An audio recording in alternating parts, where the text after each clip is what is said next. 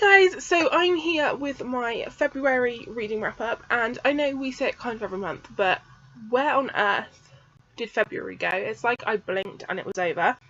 I had a really good reading month in February. I really tended to enjoy everything that I read. I managed to read 1, 2, 3, 4, 5, 6, 7, 8, 9, 10, 11, 12 books in February, which is crazy considering it's like such a short month, and I managed to read so much. Like I said, I pretty much loved everything that I read, so let's jump into the wrap up. So the first book that I read in February was Moonlight Scandals by Jennifer Armentrout. This is the third book in her De Vincent series, and this has been a series of hers I've really enjoyed. It's like an adult contemporary romance series, and it's set in New Orleans, which is awesome. And the De Vincent brothers, or the De Vincent family, basically have a lot of bad luck. They're very rich. They come from old money, but their family tends to be a little bit cursed. Really enjoyed the first two books in this series, and I think this is going to be the last one because it's three brothers and this is the third book. So I'm going to go out on a limb and say the series is over. But this one was I was really looking forward to this one because it's the oldest brother's book, Devlin, and he's known as Devil. He's the one that in the previous two books has come across as the most cold, the most calculating. So I was like, are we going to like him? What's he going to be like? And he's paired up with Rosie, who is like the complete opposite to him in a way. She is very like vivacious, very outgoing, very she seems very, I don't know, full of life, I guess, and she's just, you know, almost kind of hippie-ish, and he's like, you know, very straight-laced businessman. But I really enjoyed this one. I don't know, I might even go as far as to say it's my favourite out of the series. So that got 5 out of 5 stars. And then I read one after the other, the rest of the Hathaways books by Lisa Kleypas. I literally just picked them up one after the other. I knew I would end up doing it because I read the first book, Mine Till Midnight. I read that at the end of last month, so I just knew that I would end up picking these up and reading them one after the other, which is exactly what I did. So I read Seduce Me at Sunrise, Tempt Me at Twilight, Married by Morning, and Love in the Afternoon, and I loved absolutely all of them. They're sort of they're historical romance novels, of course.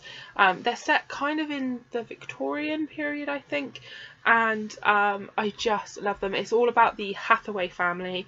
They inherit sort of unexpectedly a title, and it's sort of them each getting their own love story, and I loved absolutely all of them. I can't decide which one was my favourite. I love them all. It might be Married by Morning, which is the fourth book. Might be that one, but they were all brilliant. And yeah, I devoured them quite quickly. So yeah, they all got 5 out of 5 stars. I loved them. Then, because I was on that sort of historical romance kick, I decided to pick up Just Like Heaven by Julia Quinn.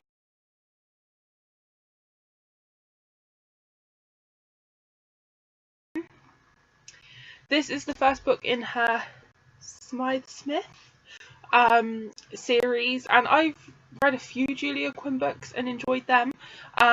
This one was okay. I ended up giving it sort of like the 3.5 out of 5.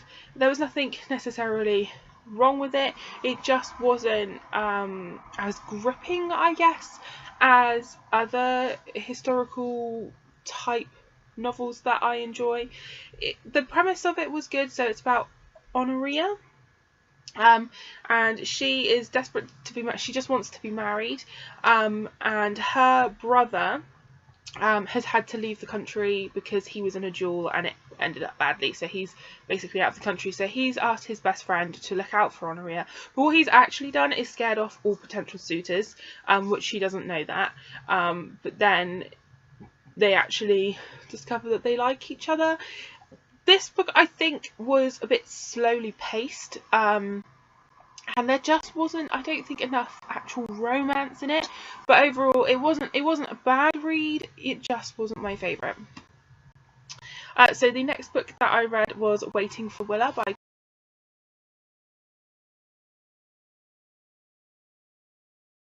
Kristen Proby.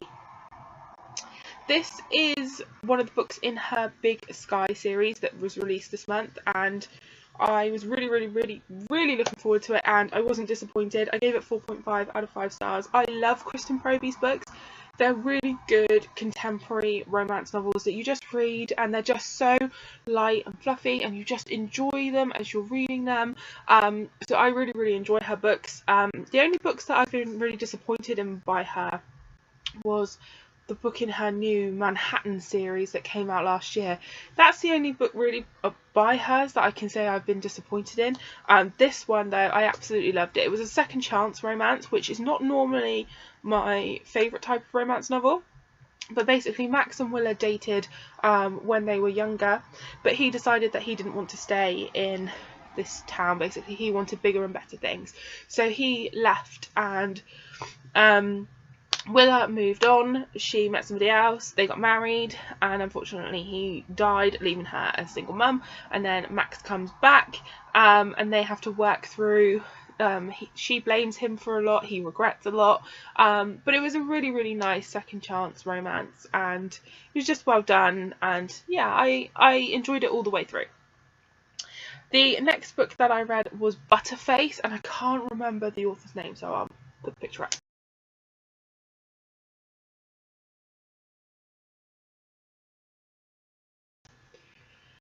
This one took me quite a while to read. I kept dipping in and out of it because it didn't hold my attention. So when other books like Waiting for Willa came out, I put this one aside and read that instead. And then I picked other books up and went back to this one.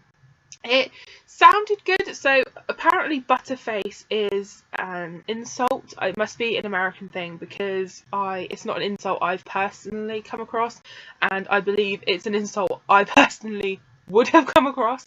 So Butterface is apparently just an insult for someone that basically doesn't look great.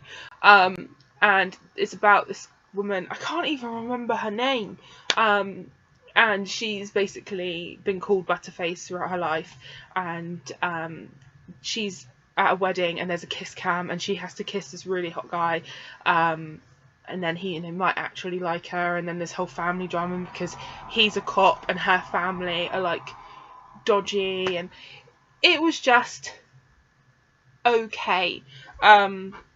I'll probably give it half marks. It didn't hold my attention. I think the premise was there because the idea was that she's basically considered unattractive because she has a huge nose, and people pick on her because of it, but apparently he likes her anyway. The premise was kind of there. I just feel like, I don't know, it just fell a little bit flat. It was probably my least favourite book of the month. So the next book that I read was The Wish Collector by Mia Sheridan.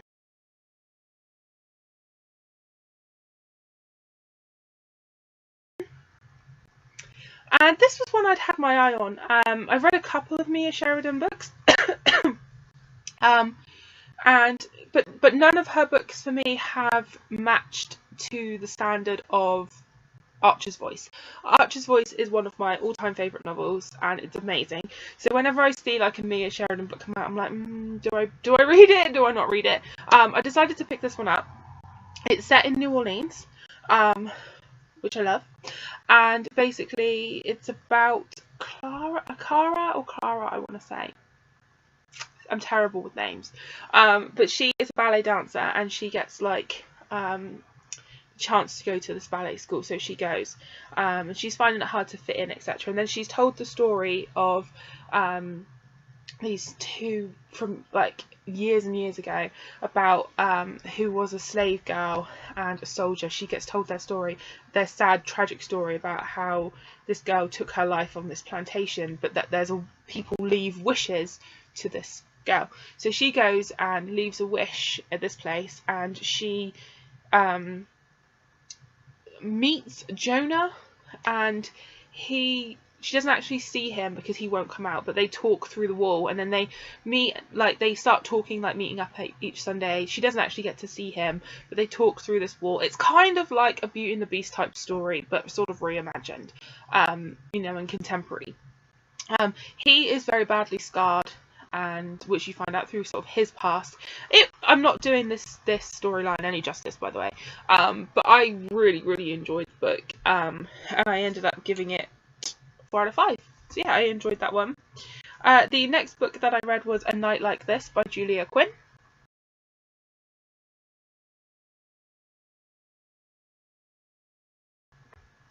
This is the second book in her Smythe Smith series. I'm not sure if I'm getting that the right way around. This one I enjoyed a lot more than Just Like Heaven.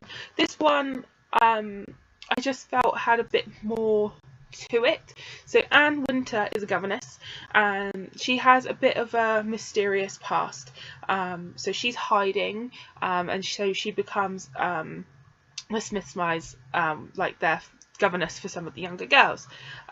Daniel Smith Smythe comes back from being in exile because of his duel, and he sees her performing at the musical, and he's immediately smitten with her, and so he goes out of his way to try and be near her, even though, you know, she's the governess. And yeah, it's this one, just I much preferred this storyline, so I ended up giving this one 4 out of 5. The next book that I read was Rush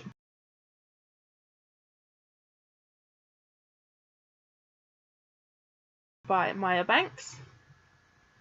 I was really excited to read this book because I'm a huge fan of Maya Banks's like Scottish historical romance novels, which, as you guys know, I've been banging on about since December last year. So I wanted to read something else by her, and this is more of a contemporary novel. And it was a bit of an intriguing one because it's about Mia and Gabe. Now, Gabe is much older than Mia. He's like 38 and she's something like 24. So there's a big age gap. And Gabe is Mia's brother's best friend. And they run this company together. But he's kind of had a thing for Mia. But you know, she's like the age gap and her being his friend's sister, etc. But then they decide to have a relationship, but basically because he got screwed over when his wife divorced him and made out like all these lies about him, he basically doesn't go into a relationship without a contract. So it's a little bit weird in that aspect. I think there was a lot of premise to this story, and there were parts of it I enjoyed. There were some pacing issues for me, and yeah, I think that this series, because it's book 1 in the Breathless trilogy, I think I might enjoy the series more as it goes on. Like, this just might be like a first book kind of blip, if you know what I mean. I didn't dislike the book, but I didn't fall in love with the book, and I don't know if that was the book itself or just because it wasn't as good as her historical stuff that I've enjoyed. Not sure, but I ended up giving it sort of like 3.5 out of 5. And then the last book that I read in February was one of my most anticipated books of the entire year, and that is Devil's Daughter by Lisa Kleypas. This is the 5th book, I want to say, in her Ravenel series. Where are you? Yeah, I absolutely adore this series, and this book is this won't make any sense if you haven't read any of the other books, but this is West's book. So the guy from the first book in the series, it's his brother's book, and what's so good about this book in particular is the female protagonist, Phoebe, is the daughter of Evie and Sebastian from her Wallflower series. So this book links up with the Wallflower series. It did as well with the 3rd book in this series, but it links it up again, so we get to see more of the characters that we've known and loved from other series. That's what I love about Lisa Kleypas's books is that you do see characters from other series pop up, and that is really enjoyable, particularly for the Wallflowers series, because that's one of my all-time favourites of hers. Evie and Sebastian are if you read a lot of historical romance, they are a favourite couple amongst romance readers. It was just such a brilliant book. But we also get to see Lillian and Marcus, and Annabelle and Simon. So yeah, just linking up series past, which is nice. It also happens in her Hathaway series. It links back as well. So that is really, really enjoyable. West's book, it was really good. It was quite good because it was a little bit different in that Phoebe is a widow, and West actually was the guy that bullied her husband when they were at school together. So it was quite an interesting dynamic, a little bit different for the rest of the books in this series. But yeah, I just love this series so much. It's an absolute favourite, so this one got 5 out of 5. So that's absolutely everything that I read in February, guys. Like I said, overall I had a really good reading month. There were a couple of books that I enjoyed less than the others, but I still didn't hate them, if that makes sense. So yeah, so thanks so much for watching, guys, and happy reading.